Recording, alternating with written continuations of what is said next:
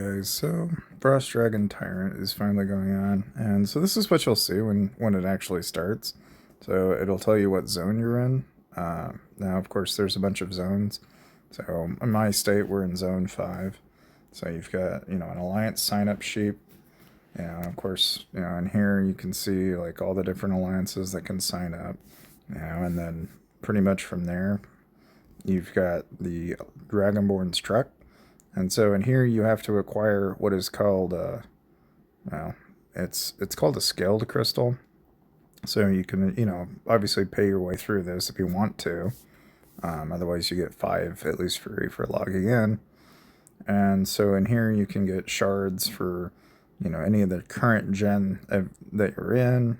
They've got about 160 for like mithril, 40 for, so you can kind of get an idea of what you have to go into this with. They also have Champion's Eve, which is where, you get a personal preparation point. 1 chance of opening a chief chest is awarded for each point, blah, blah, blah, blah, blah. So you can kind of, if you want to read through that, you can. Otherwise, yeah, I mean, basically you've got healing speeds and you can get, some items along the way. But eventually you also have some daily missions. So if you're wanting to get more scaled crystals without spending, yes, you can get them. You just got to go hunt monsters, do polar terrors, gather, and then there's also some season missions that you can do. And then obviously the actual championship itself, and there's also Tyrant's Gift, which is kind of like how the tables work. So if you remember, like it's really straightforward. You just basically spawn tables, and you dine at the tables, and you get loot. I mean, that's really about all there is to it.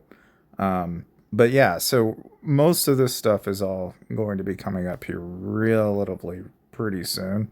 The only thing is you got to be in the top 85.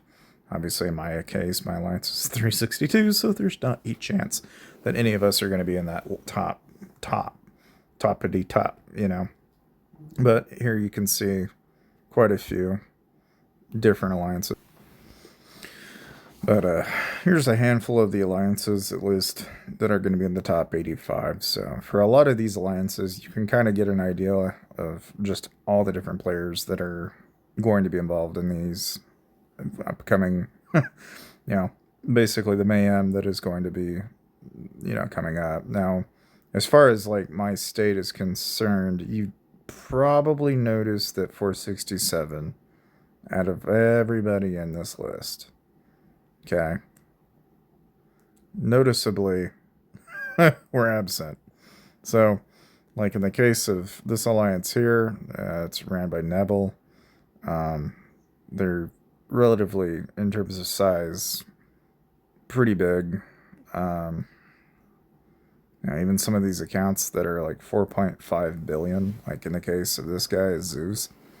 Um, yeah, the guy's freaking massive. He's got all of his stuff maxed out. I'm sure some of these guys are going to be absolutely monumental. And I don't know, it's going to be kind of an interesting thing to see how well that actually plays out. Because core is number 23, and that's, our alliance in 467, and so a lot of those guys, they're all in 8s, 9s. There's not very many of them that are actually at 10 already and are fully maxed out and decked out like that. So I don't really expect there to be a lot of people that are going to run into this with the expectation of winning. Let me put it that way, okay? But the rewards for winning are actually pretty cool. Like you get the Triumph of Tyrant if you get it. You get some, extra items and loot. Yeah, and then, of course, this is just for occupying it. So if you actually occupy the main base, this is all the stuff you get.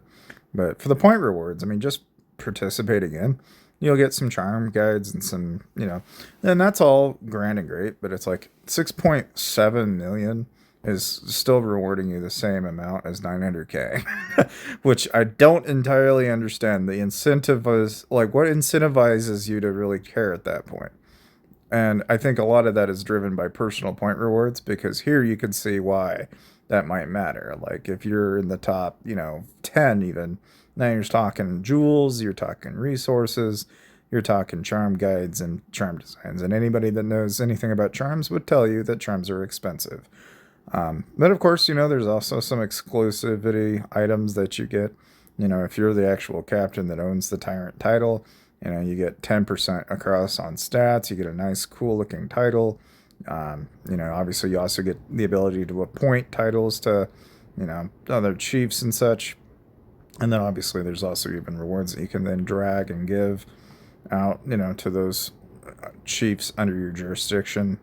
But the main thing is, like you've got the Frostwing Phantom, which is a cool teleport skin. There's the Frostdragon 30-day March skin, as well as the 30-day Dragon Hold. And then, of course, you also have this cool, nice Chief Profile skin, and you also get this nice little title that goes around your profile, and a nice little profile title name chat banner thing. So, I mean, it's cool, but it's obviously going to be for only really a select number of people. And in Zone 5, it looks like Tygex is, at least the starting Emperor. So whether he actually winds up winning again, goes to fight again, I have no idea. But that's one in Zone 5. In Zone 3, it was Core. In Zone 2, you've got Sia, Korea, and Kiss. And then, heck, in Zone 1, it was Evil, in hand. So I don't know. I mean, it's going to be kind of interesting to see how this plays out. But in any case, we're in Zone 5, so that'll be deciding that as far as who wins there, and we'll just kind of find out from there, guys. But in any case, thank you guys for watching, and I'll see you guys next time.